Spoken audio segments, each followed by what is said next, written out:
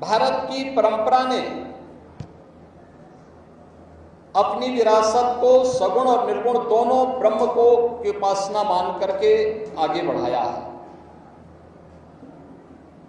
हमारे यहाँ निर्गुण ब्रह्म के सबसे बड़ी परंपरा में अगर हम देखते हैं तो देवादिदेव महादेव उस परंपरा के सर्वपूज्य देव माने जाते हैं।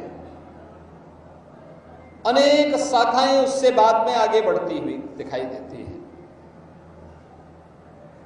लेकिन जीवन की सच्चाई को जानने के लिए दुनिया को, विश्व मानवता को अगर कभी किसी की शरण में आना पड़ेगा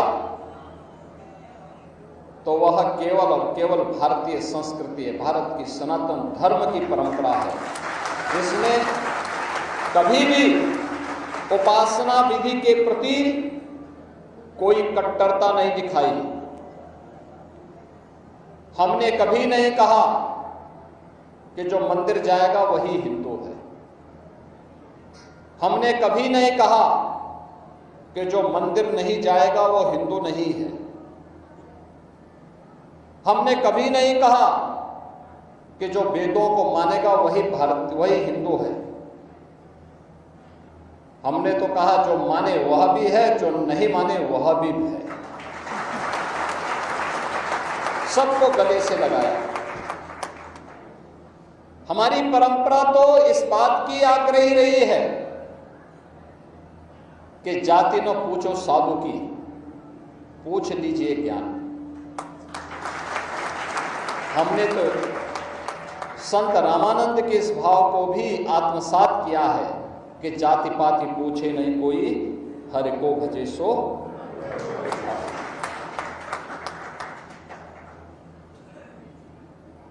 आध्यात्मिक विरासत की ये ज्ञान परंपरा बड़ी अद्भुत है और बहुमूल्य भी। दुनिया जहां तक नहीं पहुंच पाई है अभी तक, दुनिया ने भौतिक उपलब्धियां बहुत हासिल की होंगी और कर भी रही है। ये विकास की प्रक्रिया का हिस्सा है, लेकिन भारत के ऋषि मुनियों ने अपने दिव्य ज्ञान से, दिव्य चक्षु से जिन उपलब्धियों को हासिल किया है, अध्यात्म की उन ऊंचाइयों तक पहुंच पाना विश्व मानवता के लिए आज भी एक चुनौती बनी है। आत्मा क्या है और आत्मा का स्वरूप क्या है, ईश्वर क्या है, ईश्वर का स्वरूप क्या है, दुनिया अभी तक वहां पहुंच नहीं पाई है। अभी खोज चल रही है उनकी, गॉड पार्टिकल के रूप में उनकी शोध चल रही है। लेकिन भारत का ऋषि हजारों वर्ष पहले इसके बारे में अवगत करा चुका है।